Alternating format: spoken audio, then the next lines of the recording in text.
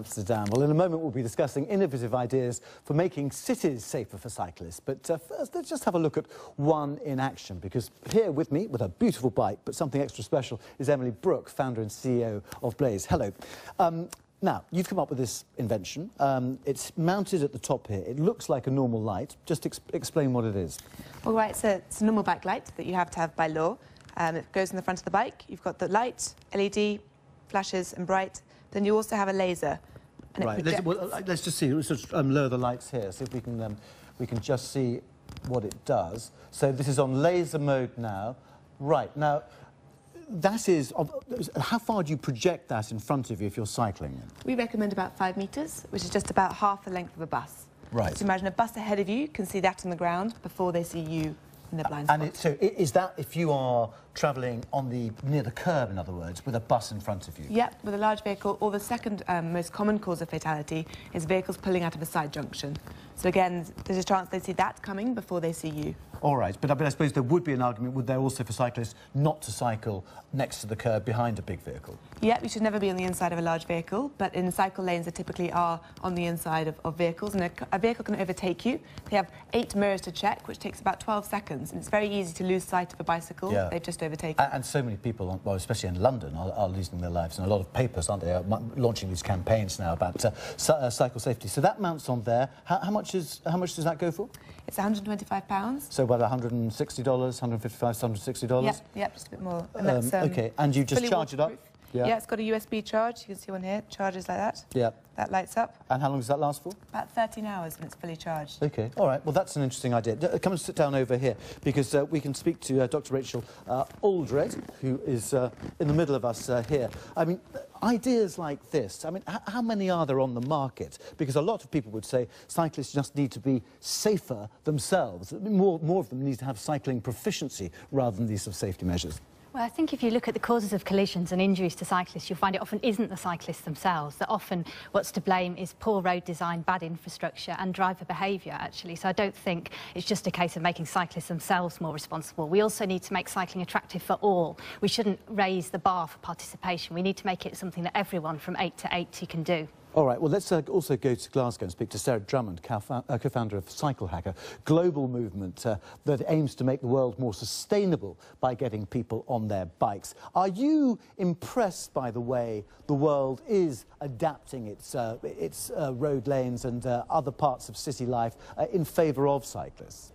Well, I think a lot of people are starting to adopt it. So in the world, we're now seeing a lot more movement towards people discussing cycling as a sustainable mode of transport. But I still think that there are a huge amount of issues to people who currently cycle on the road with their safety, and also a lot of barriers for people to get on their bike and get themselves around the city easily. So we're seeing a movement, but there's a huge amount of barriers, I think, that need to be tackled by local authorities. I mean, it's interesting, isn't it? I mean, I'm a great fan of cars. I mean, I do ride a motorbike, and I also have a bike as well, and it's a normal cycle. But I mean, I suppose some people would argue that in England and Wales, what, 750,000 people use bikes to commute to work. That's far fewer than people who use cars or public transport. Are we making a special case of cyclists, Sarah?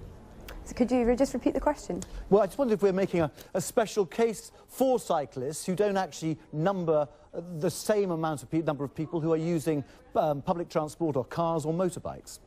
Well, I just think, as some of the guests have already mentioned, and I think the VT showed, is that cycling can, in many cities around the world, like Delhi, like Glasgow, and perhaps even London, can be put much lower down the food chain, essentially, of the transport infrastructure.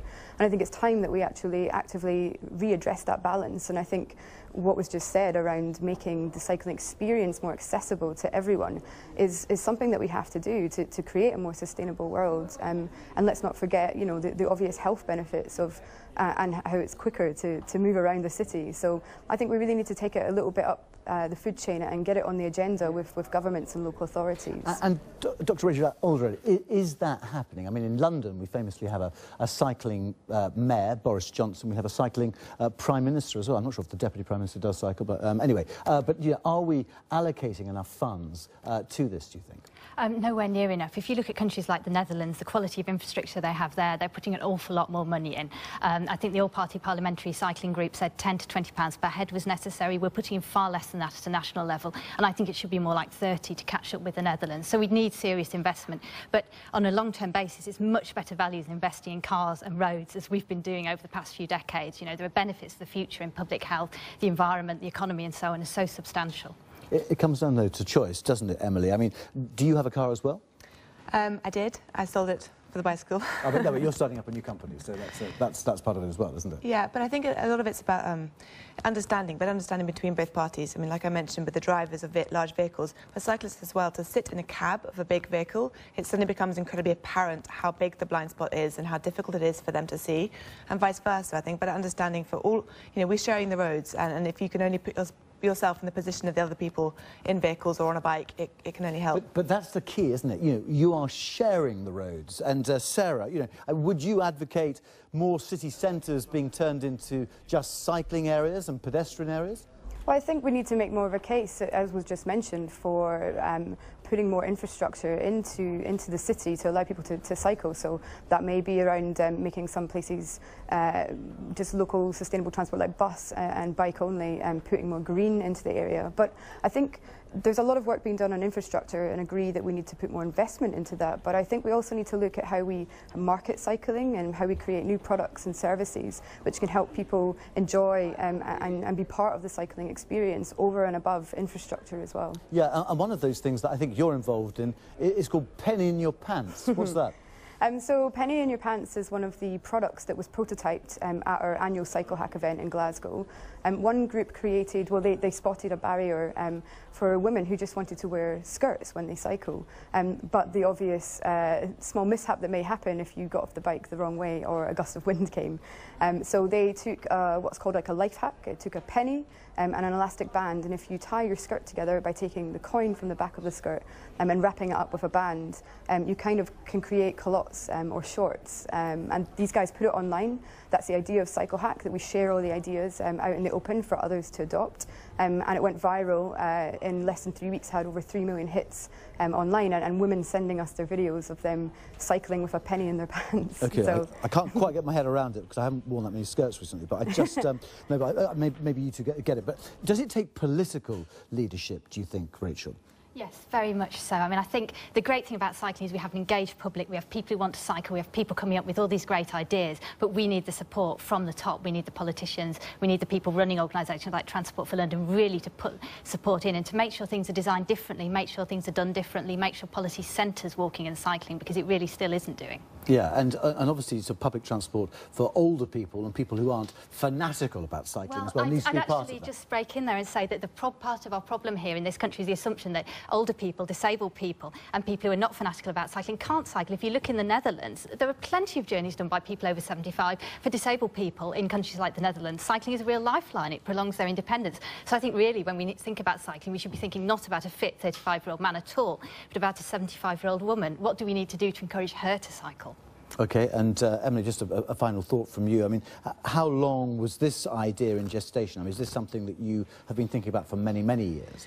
It was my university project at university, and I gave myself the theme urban cycling. I wanted to tackle the biggest challenge for city cyclists, wherever it would be, whether it's getting wet, getting lost, but far and away, personal safety was identified as the biggest barrier.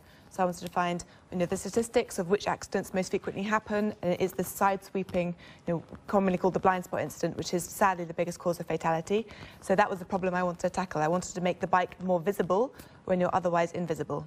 All right. OK, well, best of luck with your Blaze, the laser light. Sarah Drummond from Cyclehack in Scotland, thank you very much indeed. And Dr. Rachel Aldred, Senior Lecturer for Transport at Westminster University, thank you as well. I won't be getting on my bike in a few minutes' time. I'll be getting on my motorbike, but perhaps I should be getting on my cycle instead.